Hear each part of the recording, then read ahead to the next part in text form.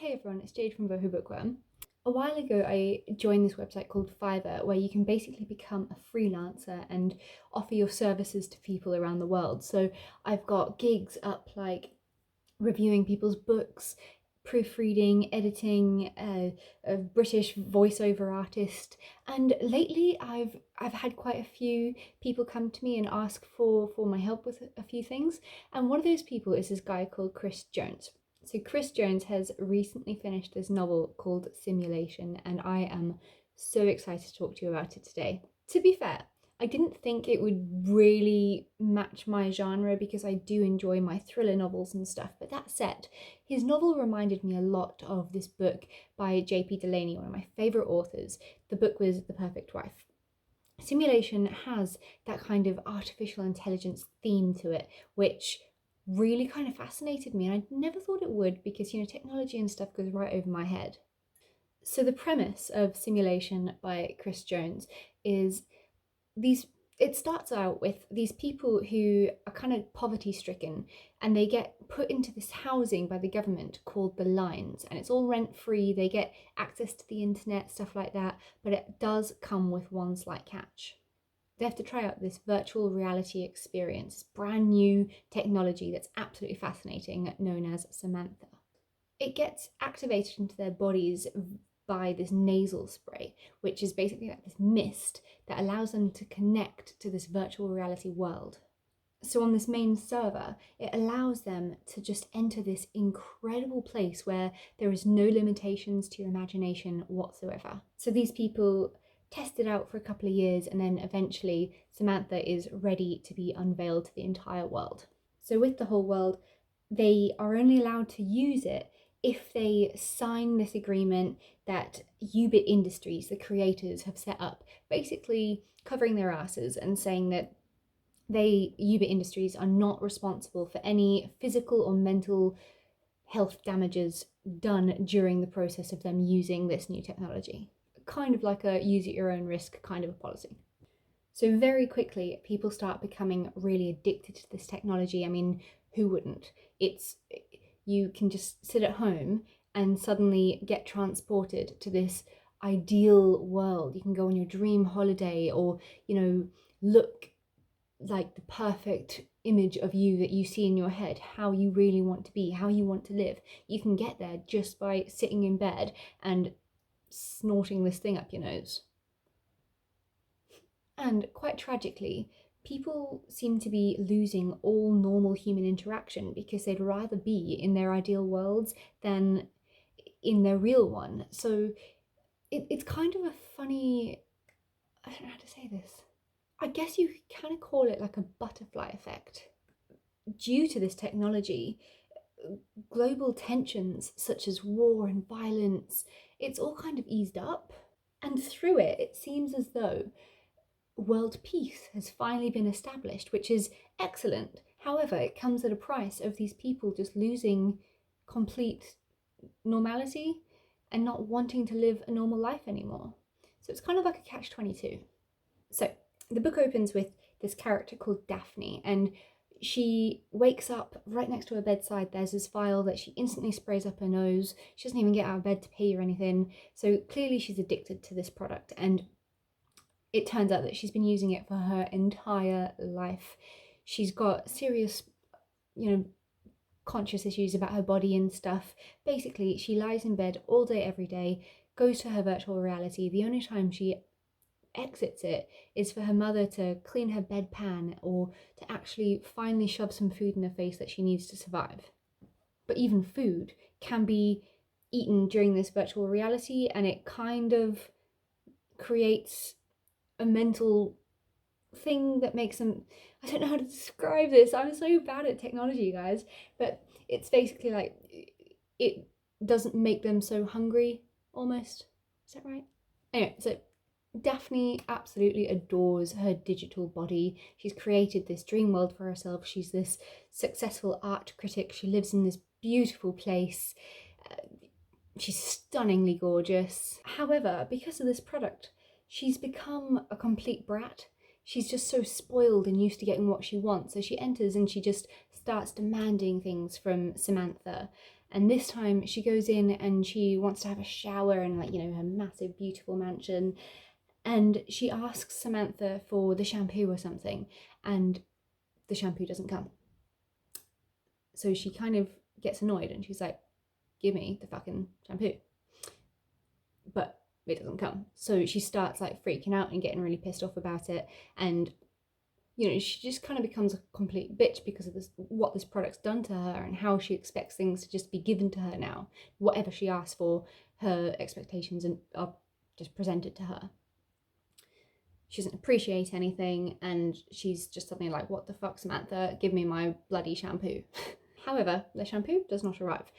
And there's this like quite horrific shower scene that comes next. Like, Samantha becomes sentient and basically kills Daphne in the shower. And I was quite surprised by how brutal the scene was, but I mean, I love horror and gore, so I'm like, awesome. It doesn't just kill Daphne in the virtual world, though. It kills her in the real one, and her mum ends up finding her in her bed with basically her brain fried. Not a nice way to go, really. So that's kind of like the prologue, and then chapter 1 opens with 2 new characters called Dwight and Janice. Now they're this happily married couple. It's so clear how much they love each other and adore each other. But now Dwight is what's known as a purist, which is someone who just does not like any of this technology stuff, stays far away from it, lives off the land.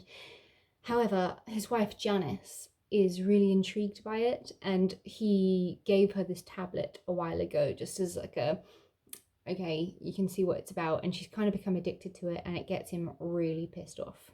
So Janet's like scrolling through her tablet looking at the news, and it turns out that the story about Daphne comes out, and how using Samantha has killed someone.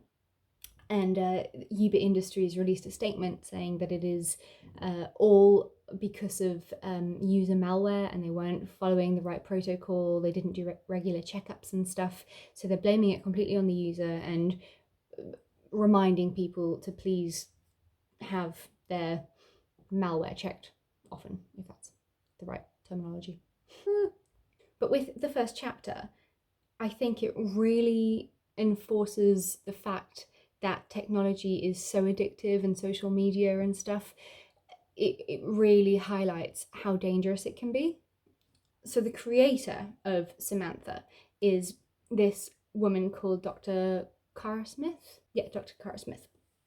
And right from the off, she is just this really cold, pompous person. Don't like her at all.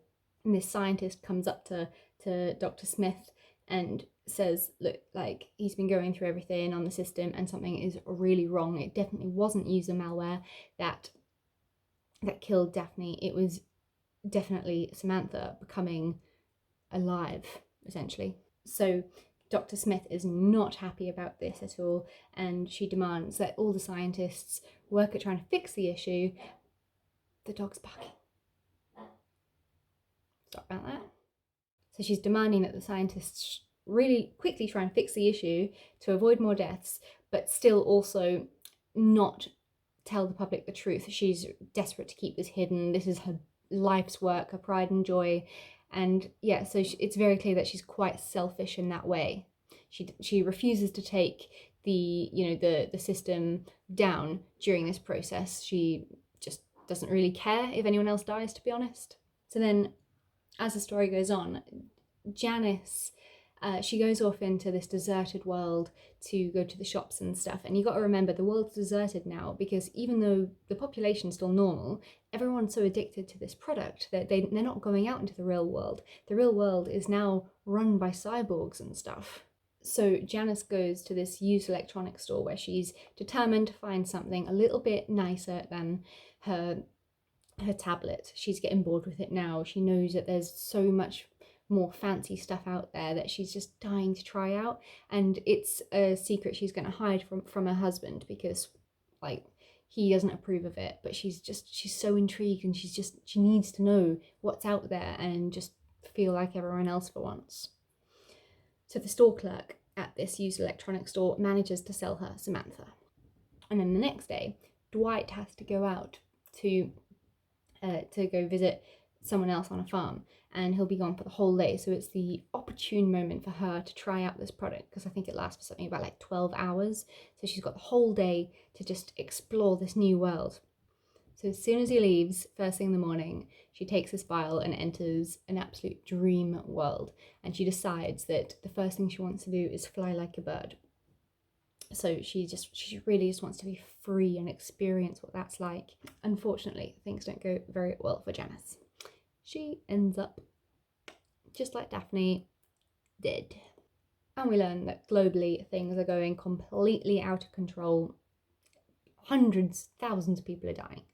The scientists are really struggling to, rewrite the coding and fix the issue. And to be honest, reading this book during this time where it's locked down, there's this COVID-19 coronavirus stuff, like there's this massive pandemic, hundreds and thousands of people are dying in the real world, and now I'm reading this book about this uncontrollable thing that's killing hundreds and thousands of people. I was just like, whoa. It was just a bit like, whew. Anyway, so once again, Dr. Smith releases a statement to say it's completely the user's fault. She takes no responsibility for it at all, and she's still not taking it down, which the government is getting really pissed off about. So Dwight comes home, finds his wife. Obviously, his heart shatters. All these medibots arrive and try and revive her. Detectives come when clearly she isn't revivable. And Dwight's really determined to figure out what really happened, because he just doesn't believe his wife would go behind his back and use a product like this, and keep it from him. So he ends up determined to find out what's happened and destroy Ubit Industries and the creators and avenge his wife, basically. And that is like where the whole story really kicks up and becomes super intense. Okay, so that was a very long description of the book, but it's so worth it, and I absolutely loved reading it. I feel like Chris Jones's writing was really descriptive and intricate, and the story itself is so imaginative, creative, fun. I flew through the book. I could not put it down. And fuck me, that ending, I was like, my heart dropped. It ends on this giant cliffhanger, and I am dying to figure out where it goes next. I'll leave all the links to this book in the description box down below. It isn't published yet, but it is coming soon in summer 2020, I believe. There's going to be so many cool things. There's going to be t-shirts and signed books going out and stuff, so I'm really excited to get my hands on some of those products. The website is beautiful. I'm not sure if Chris Jones is some kind of creator and graphic designer or something, but whoever did the website is amazing. He's got like Spotify playlists. He's going to have little side stories for the characters. There's a part 2 obviously because of the cliffhanger, and I cannot wait to see where it goes. Thrilled to have been able to be a part of the journey of this novel coming into fruition. So thank you very much, Chris Jones. I can't wait. I'm gonna repeat myself again, but can't wait to see where this book goes. All right, thank you so much for watching, everyone, and I'll see you next time. Bye.